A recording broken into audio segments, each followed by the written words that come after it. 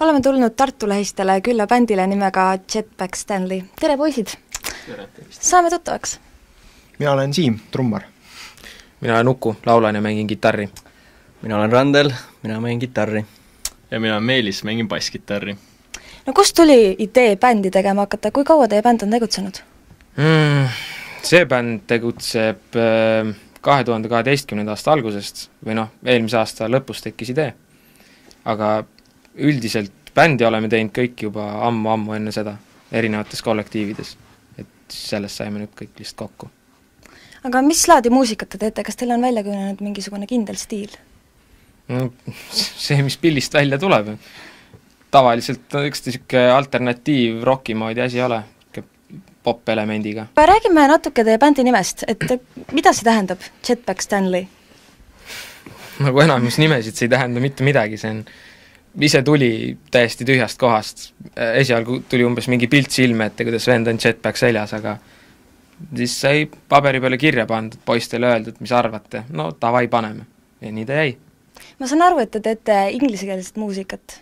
Miks te olete just otsustanud inglise keeles laulda, miks mitte eesti keeles? Eesti keeles ei oska laulda.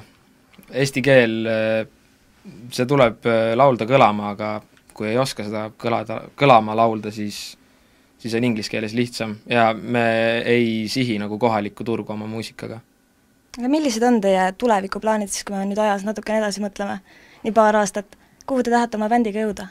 Eks te Wembley'l näete meid varsti. Võimalikult suured plaanid on. Et kui läheb hästi, siis järgmise aasta jooksul loodame välja saada Eestist. Kui nii hästi ei lähe, siis loodame Eestis midagi saavutada. Et kõik oleneb, meie muusikale ilmselt on natuke liiga väike kuulajaskond siin. Peab julgema unistada, see on põhiline, muidu ei jõua mitte kuskile. Aga kui suur on teie senine esinemiskogemus? Uue trummariga me ei ole veel kordagi esinemas käinud, Siimuga, aga enne seda me ikka oleme esinenud, me hakkasime kuskil märtsikuust pihta ja iga kuu oli keskelt läbi 1-2 kontserdit. Ja suvel jõudsime ka Tiiru Leetu käia mängimas Kalapagai festivalil. Ja pärast seda tegime siin veel Eestis siukse veits suurema kontserdi Hauka romurallil, aga pärast seda ei olegi rohkem esinenud. Et see jäi augusti lõppu. Aga mida te arvate üleüldiselt näiteks Eesti muusikast? Noh, maitse asi. Et kellele meeldib, kellele vähem. Et mina austan lääne muusikat rohkem, poiste eest ma ei oska rääkida. Eks mingid üksikuid sähvatusi ikka on. No minu jaoks on Vaiko Eplik, aga jah, eriti rohkem ei oska välja tuua. Aga mis võiks Eesti muusikas siis paremini olla, et Eesti noored seda rohkem kuuleks? Eesti noored kuulavad seda piisavalt palju. Tegelikult, et kuidas nüüd öeldagi? See on keeruline küsimus, et Koit Toome ja Smailers on juba olemas ja rohkem sinna kõrvale ei mahu lihtsalt. Et eestikeelne muusika on väga ühetaoline ja liigutab väga ühesuguseid masse ja see ongi siuke nagu mainstream teema, kus see nii-öelda põhirahvas liigub. Et meie oma muusikaga jääme Eesti mainstreamist kindlasti kõrvale. Aga kas te arvate, et üks Eesti bänd võib üldse näiteks Euroopas läbi lüüa? Kas ta on konkurentsivõimeline? Näide on ju olemas, võtke Everton the Two Dragons, see on ju meil on sees näha seda. Aga kust te leiate üldse selle tahte ja inspiratsiooni, et bändi teha? Kas vahel ei ole sellist tunnet, et viskaks pilli nurka ja lõpetaks ära kogu selle asja? Ei ole kunagi mõelnud seda, et nüüd lõpetan ära. Et senikaua, kuni ideid tuleb, senikaua, kuni on nii lahe seltskond, siis see ongi nagu, me käime kokku, me oleme head sõbrad, meil saab alati nalja, me mängime tundide viisi pilli, teeme huumorit ja lähme hea tujuga koju, mis siin rohkem vaja. Aga mis teeb just bändist õige bändi? Mis on selle õige bändi tunnused? Millised on need inimesed, kes peavad olema bändis, kes on bändi liikmed? Just oli juttu sellest ju tegelikult. Põhiline on minu arust see, et kõik tahaksid sellega tegeleda südamega. Rohkem ei olegi vaja. Klouni on ka vaja, kes et meid hoiab siuke huumor koos ja just see, et me usaldame ja meil on sarnane maitse. Ega siin rohkem polegi vaja. Keemiat on, siis on kõik muuga olemas. Millega te peale bändi tegemised tegelete? Alustame näiteks siitpoolt nurgast. Mina tegelen isaga, teeme trummishowsid ja trummi teeme alati ja selliseks asju. Õpin ja teen muusikat ja teen sporti ja niisama igasuguseid asju. Jah, suht sama, et ma ka õpin ning tegelen spordiga, muusikaga.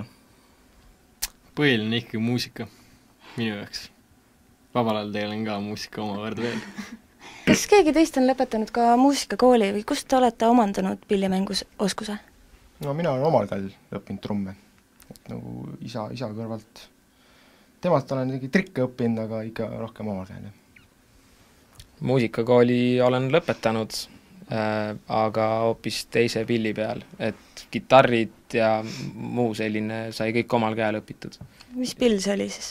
Muusikakoolis, trompet. Ja selle trompetiga üldse ei tegele enam? No momendil mitte, aga ta on mul alles, ta ootab paremaid päevi.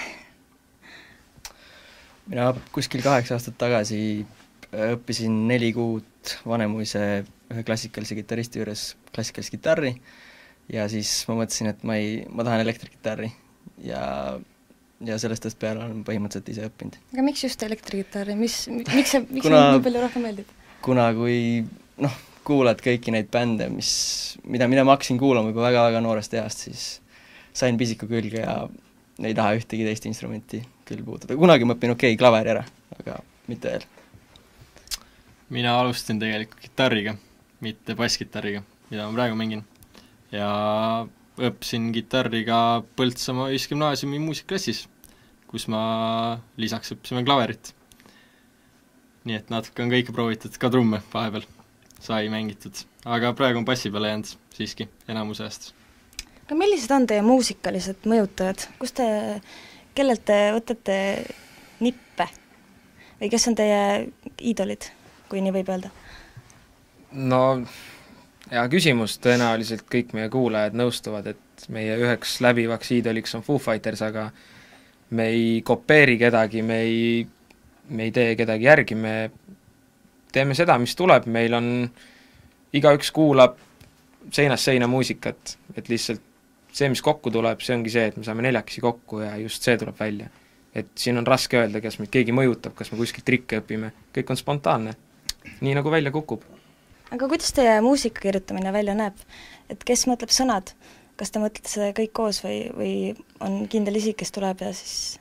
No reeglina, või praeguseni olen mina genereerinud sõnad ja kuidas ma ikka neid kirjutan, see on kah niimoodi, et ma võtan pilli kätte, ma hakkan mängima midagi, mul tekib mingi idee, siis ma kirjutan esimese asjana ära nii-öelda viisi, küll nii-öelda näiliselt kirjutan, ma mängin lihtsalt selle enda jaoks läbi ja siis tekib mingi üks fraas ja selle ühe fraasi ümber ma ehitan lihtsalt kompoti sõnu ja mõtestan selle enda jaoks kuidagi, et ma ei tea, viin selle mingi oma eluetapiga kokku või sellega, mis mu ümber kellegagi toimub. Et põhimõtteliselt nagu iga lugu räägib millestki või kellestki. Aga IS Music on välja pannud 1000 euro väärtuses kinkekaardi. Et miks te arvate, et just teie olete selle väärilised ja kas te teate, mis te selle kinkekaardi eest endale soetaks? Esimese asjana kuluosasid, kitarrikeeled, trummipulgad, nipet-näpet nänni, sest et seda kulub meeletult. Ja kuna esinemiste eest raha ei taheta maksta eriti, siis tulebki nii-öelda kulud kirjad omal käel katta ja siis oleks hea, kui saaks mingil hetkel nagu mingi kompensatsiooni kuskilt. Aga mis veel? Ei hakka väga suurustama, eks näis. Võib-olla on teil endal midagi veel lõppu lisada? Jaa, lisaks nii palju, et meil tuleb varsti välja EP. 3 looga, küll me loodame sinna äkki mingi live-lindistuse ka veel juurde kompunnida, et saaks nagu mingi 4 EP. Seal on peal meie nii-öelda need kõik paremik või mida me ise arvame, et on kõige parem. Ja me avaldame selle ilmselt esialgu internetis, teeme tast niisuguse digialbumi ja seda on võimalik kätte saada, kui otsitakse meid üles meie lehekülje pealt, mis asub Facebookis, facebook.com// Jetpack Stanley, midagi keerulist ei ole. Ja seal on ühtlasi ka info meie käekäigu kohta, millal me esineme, kus me esineme, kellega me esineme ja millised me ise oleme. Aga aitäh teile, Jetpack Stanley, ja ma soovin teile pikka bändiga. Aitäh!